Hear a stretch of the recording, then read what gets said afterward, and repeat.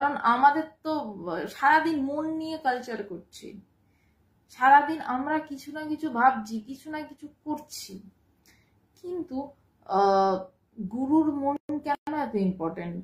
কেন বলা হচ্ছে যে ভগবানের মন যদি কোথাও পড়ে, কারোর উপর পড়ে, তার কারণ তার মনে কোনো বৃত্তি আসে না। আসলে তার মন বলে আদতে কিছু নেই। অনেক কষ্টে সারাদিনে সামান্য একটা কিছু ধরে থাকা, এটা আমি আপনাদের অতটা বোঝাতে পারবো না।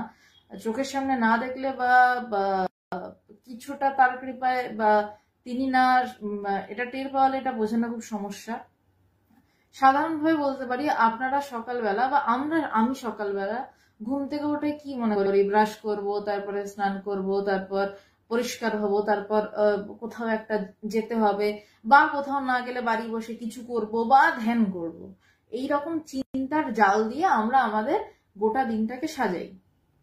কিন্তু ভগবানের কাছে এই চিন্তার জালটাই নেই। ভগবানের কাছে সে ফাঁকা। সে ঘুম থেকে ওঠার পর মানে তার তার কাছে বিষয়টা ফাঁকা হয়ে পড়ে রয়েছে। তার সামনে কিছু যদি ধরা হয় তখন সেটা ধরা পড়ছে। এইরকম কারুর মন যদি কারোর জন্য ব্যাকুল হয় যে এর জ্ঞান লাভ হোক, এর জ্ঞান লাভ কেন হচ্ছে না, এখানেও কিন্তু সেই শিষ্যের একটা কৃতিত্ব থাকতে হবে। শিষ্যকে এমন হতে হবে যে গুরুকে তার নিজের জন্য, নিজের জ্ঞান লাভের জন্য গুরুর মন তৈরি করতে পারে। তার মানে শিষ্যের কর্ম, শিষ্যের সাধনা এমন একটা জায়গায় যাবে যেখানে যেখানে গুরু তার ওই এক ফোঁটা মন দিয়ে ভাবতে বাধ্য হবেন যে এই শিষ্যের জ্ঞান লাভ হোক। এবং তারপর কি ঘটছে না, তার মন শিষ্যের উপর পড়ছে। সে তার মনে যেই মুহূর্তে শিষ্যের কথা উদিত হওয়া, নর্মালি ভগবানকে আমি দেখেছি যে ভগবানের খুব একটা কারোর কথা মনে থাকে না।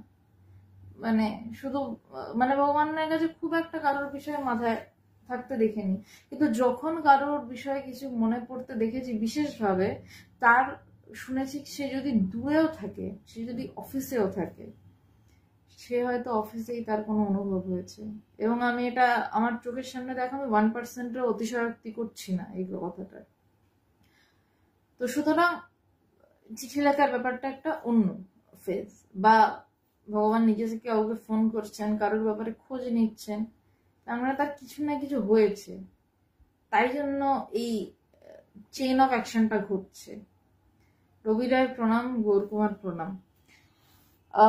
আমি আজকে তোমাদের ভগবান থেকে 22 নম্বর চিঠি, 1990 সালে